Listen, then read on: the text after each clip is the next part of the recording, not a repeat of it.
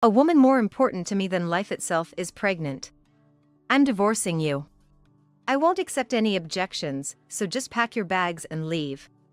That's what my husband, who had just returned from a leisurely trip, said to me while I was overwhelmed with caring for his bedridden mother at his parents' house. I asked him what he intended to do about his bedridden mother since he had never once helped with her care. Isn't it obvious? You, who are used to it, can continue to care for her. It's a great idea since it won't cost anything for caregiving. While I was exhausted from taking care of his mother, my husband had been having an affair with a younger woman and even got her pregnant. My anger peaked, and then I was just astounded. He really knows nothing about running a household. Do you really know nothing? Me taking care of your mother? Are you serious?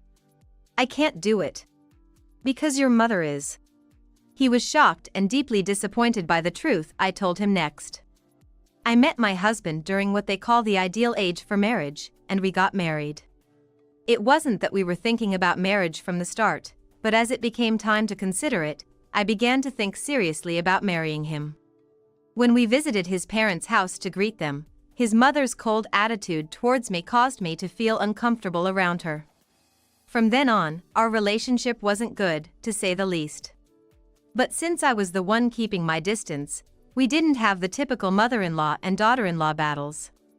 The reason I kept my distance was that his mother always had an aura of stay away from me. Before meeting her, my husband had told me that his mother was a very cool person. I had heard that she was a solid person who had raised 2 children on her own, but her attitude was noticeably colder towards me. Thus, my relationship with her didn't develop over time. It's not that she said or did anything particularly awful to me. But she always had an unapproachable air about her. When my only daughter finished her college entrance exams and was accepted into her preferred college, I felt a sense of accomplishment, having fulfilled my duties as a mother. I thought she would commute from home, but she wanted to be independent and live on her own for college.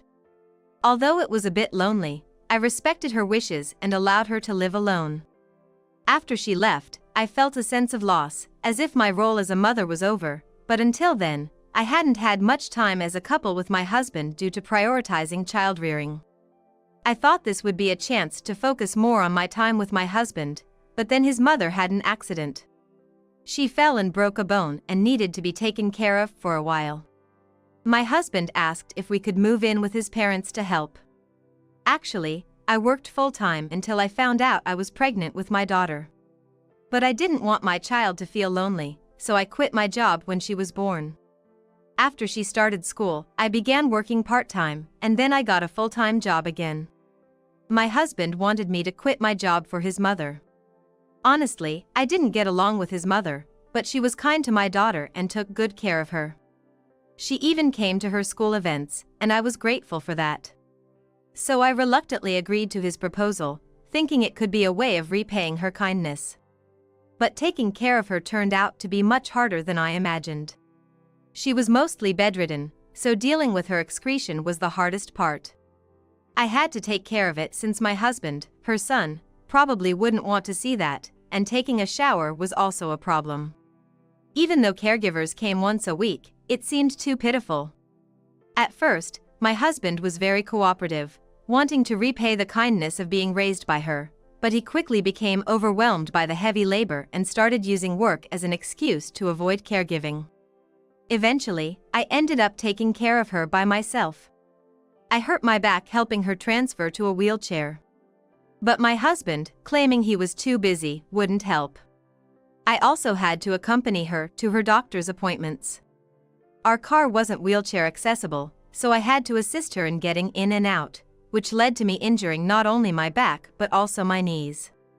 If only she had said one word of thanks, but her cold attitude towards me didn't change, even after we started living together or when I became her sole caregiver. I felt utterly lost, wondering if I could continue like this. When my husband and I decided to move in with his parents to take care of his mother, my sister-in-law, who lived a bit far from their house, said she would help out occasionally. But in reality, she never lifted a finger to help, only offering words of encouragement like keep it up when she saw me taking care of her mother. she didn't lift a finger to help at all. She, who was married and lived a bit away from our in-laws, couldn't visit often. I understood that. But when she did come, she increasingly started to criticize how I was caring for her mother. "Don't do it like that, you're making mom suffer. Be more empathetic to her mom who is incapacitated." She started to give unsolicited advice about everything, like how the food I prepared wasn't to my mother-in-law's taste, or how the caregiver bed should be placed in a sunnier spot, even though we had set it up where my mother-in-law wanted. I didn't want to hear it from my sister-in-law who wasn't even there at the time. When I told my husband about this, he surprisingly took his sister's side. "Actually, I've been thinking the same thing. You should pay more attention to what mom wants. Please, take better care of her." I felt utterly alone, betrayed by my husband, whom I thought was my only ally. I had no one to stand by me, and no one to lend a hand in this situation. I couldn't rely on community support either, as I couldn't leave my mother-in-law alone. There was nothing I could do in this situation. Meanwhile, my husband started coming home later and later. He had been saying he was busy with work since we moved in, but I thought he was just avoiding helping with the care. Lately, however, he started talking about business trips. Something completely unrelated to his department. I began to distrust his actions. One day, my husband left his smartphone on the living room table and went to take a shower. Something he usually didn't do. Was he really that busy and forgot?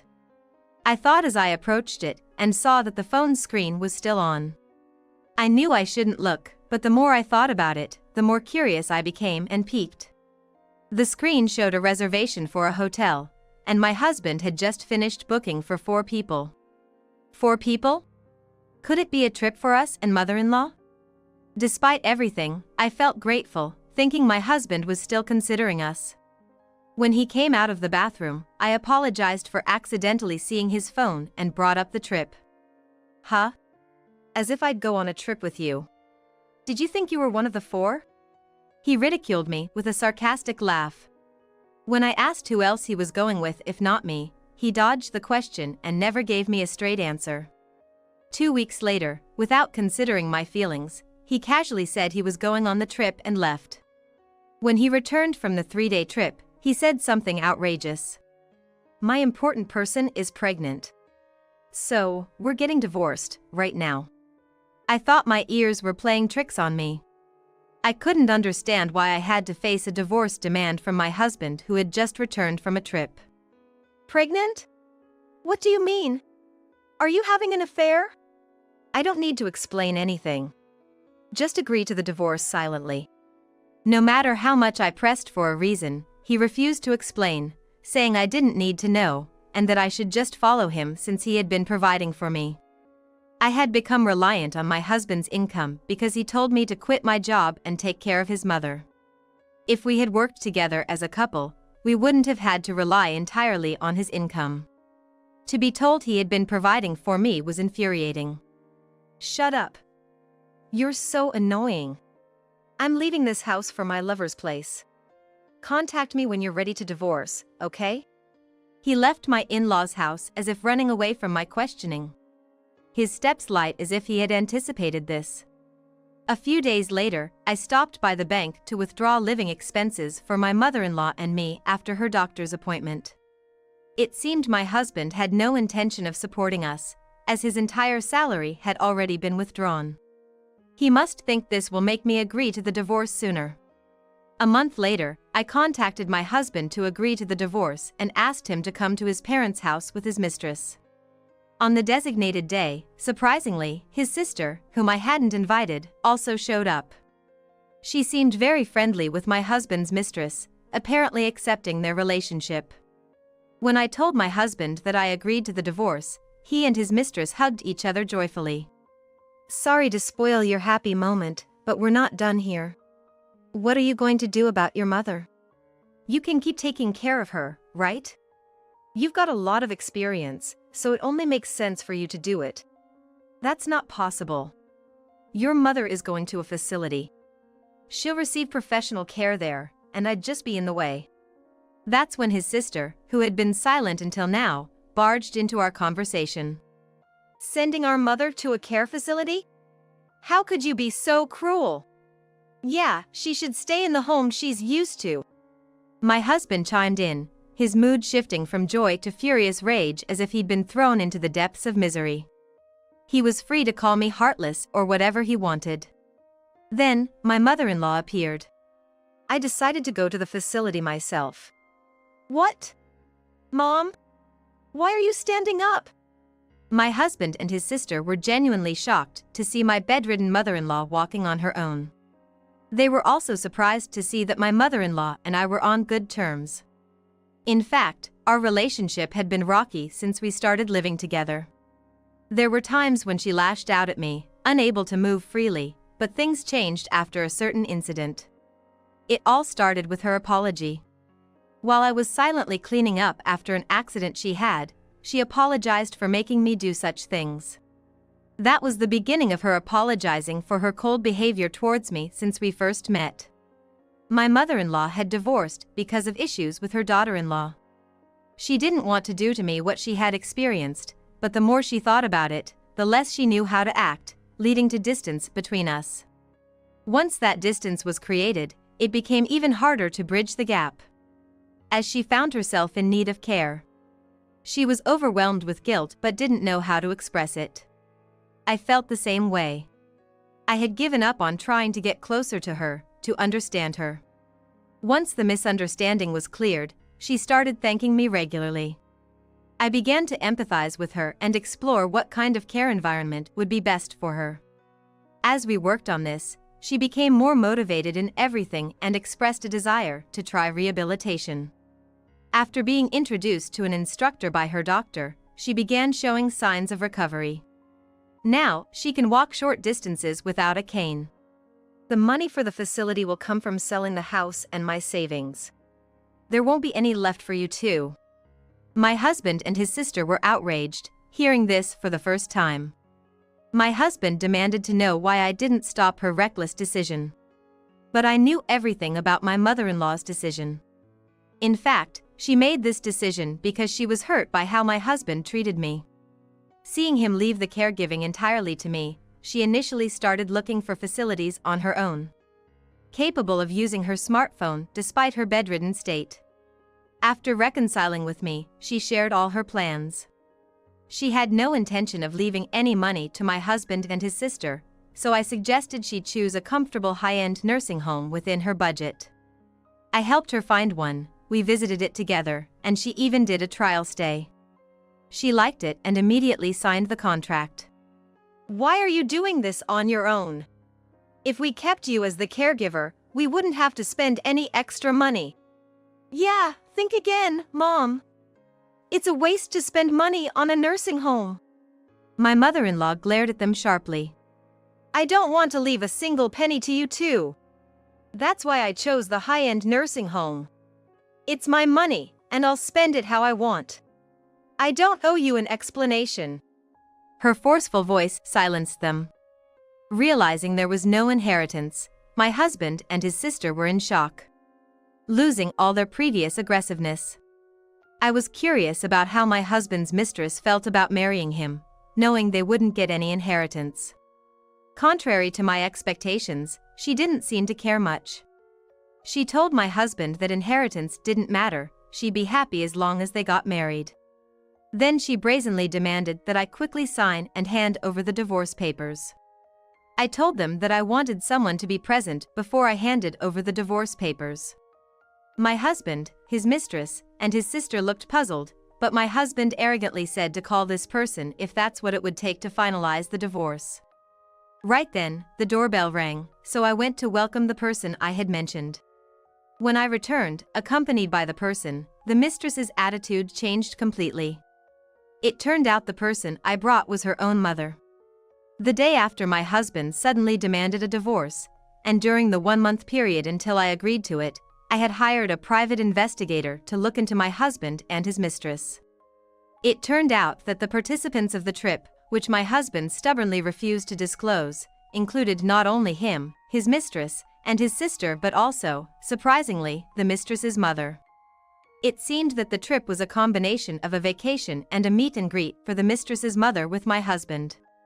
During their trip, they hadn't mentioned his mother's care at all. My husband had lied, saying his mother had passed away, thinking it would be troublesome if his mistress's mother knew about the caregiver. He introduced his sister as someone like a mother to him. The lies didn't stop there. My husband had kept it a secret that he was still married to me. After receiving the investigation results, I went to meet the mistress's mother and told her everything. Even knowing the truth, seeing the people involved must have been overwhelming. The mistress's mother, red-faced with anger, yelled at her daughter, my husband, and his sister, unable to contain her emotions. They seemed confused by the rapidly changing situation. His sister was pressuring my husband, asking why he did something that could be discovered. My husband, in turn, defensively said that he never thought I would conspire with his mother, given our bad relationship. After a thorough scolding, the mistress's mother turned to me and my mother-in-law, deeply apologizing for her daughter's involvement in the affair, and even promising to ensure her daughter paid any amount of compensation I demanded. However, the mistress seemed dissatisfied, questioning why she should pay. "I won't pay. After all, I'm carrying his baby," she declared, refusing to pay because she was pregnant. They made some nonsensical claim about having my consent for their relationship, which was absolutely not true. I was just fed up with my selfish husband. Besides, the last thing I wanted was to continue my life with a husband who was harboring such a significant secret. In fact, during the investigation into my husband's conduct, I discovered something crucial he had hidden from me. "You two are going to be married, so why don't you get my ex-husband to pay the compensation?" "Oh, right. Once we're married, we'll have shared assets," the mistress naively remarked. Of course, shared assets are something built during a marriage, but considering her lack of worldly knowledge, I let it slide. However, here's the important fact, which she probably didn't know. Exactly, shared assets. He should be able to provide, if he has the means. Huh? My ex-husband, he seems to have quite a bit of debt. You really are a gold digger, aren't you? What did you demand from him that made him resort to borrowing money? My husband had been contributing to household expenses, so there was no room for him to spend on his mistress. Whether he refrained from cutting back on household expenses to avoid raising suspicion about the affair or out of pride towards me and his mother, I couldn't say. It turned out he had financed all the costs related to the affair through loans from multiple consumer credit companies and was even falling behind on repayments, resorting to some pretty risky sources. The mistress apparently didn't know about the debts. She confronted my husband, naming several luxury brands, claiming she never demanded those things, and that my husband had given them to her of his own accord. She argued that he shouldn't involve her in his self-satisfying debt creation. My husband indeed had a tendency to be showy, often choosing things beyond his means, which had caused arguments between us in the past. While the mistress was busy blaming my husband for everything, she seemed no match for her own mother. When her mother shouted, "Enough of this nonsense," she shrank in fear and lost all her momentum. After bowing deeply to me and my mother-in-law, the mistress's mother forcefully dragged her daughter away and left.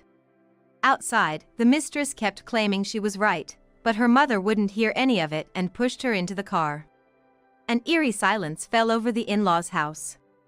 Left were me and my mother-in-law, along with my husband and his sister, who both looked uncomfortably downcast. My mother-in-law broke the silence. "So, I'm supposed to be dead, huh?" she said with heavy sarcasm. My husband and his sister desperately tried to make excuses. They claimed they never intended to say she was dead, or that the mistress had misunderstood it on her own, but none of their excuses were convincing. "I raised you to be honest and look what you've become," my mother-in-law lamented. As for me, I believe that while living under their parents' roof, it's the parents' responsibility. But once they leave home, especially after getting married and having their own families, their character development depends on their own mindset. My mother-in-law didn't need to feel responsible. My husband simply wanted an easy life, and both he and his sister were similar in trying to avoid responsibilities. They were just quick to assume they would inherit something soon, given her need for care. Your family home is no longer yours. Get out now.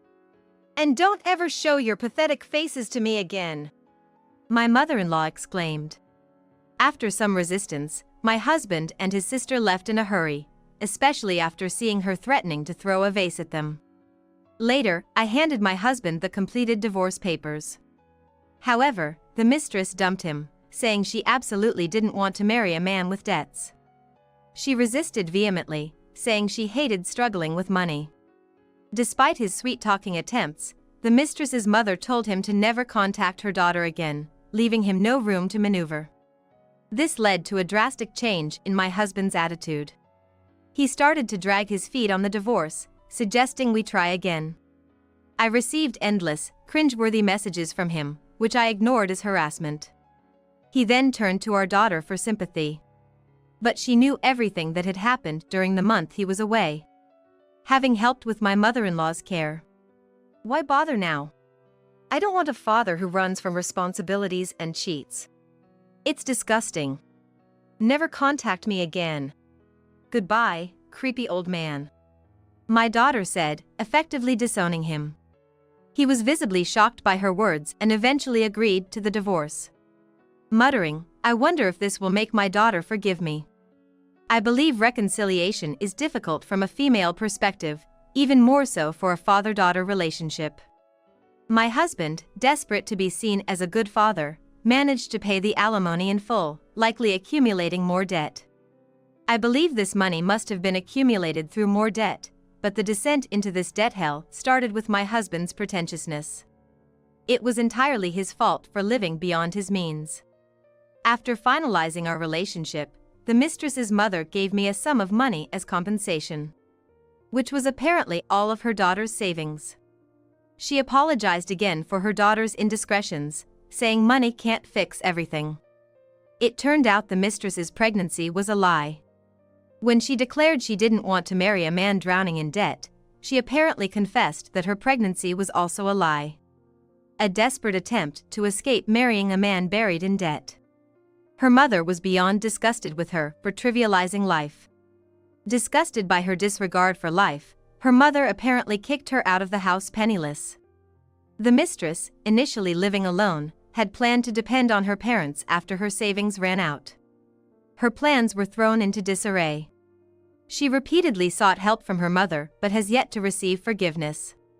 Reportedly, she's spending her nights in internet cafes, and with uncertain financial resources, it seems only a matter of time before she faces the prospect of living on the streets. As for my sister-in-law, her husband found out everything and was furious. Soon after, his mother required care, and my sister-in-law was forced to take on the role since she wanted to stay at home. After witnessing the overwhelming reality of caregiving, my sister-in-law gave up within just a few hours. However, her husband, who knew everything that had happened, refused to let her off the hook, telling her, "Don't be so soft." Despite pleading for help, her husband, knowing everything, refused to let her off the hook. I received a call from her asking for help, but after realizing it was her, I immediately cut the call and blocked her number.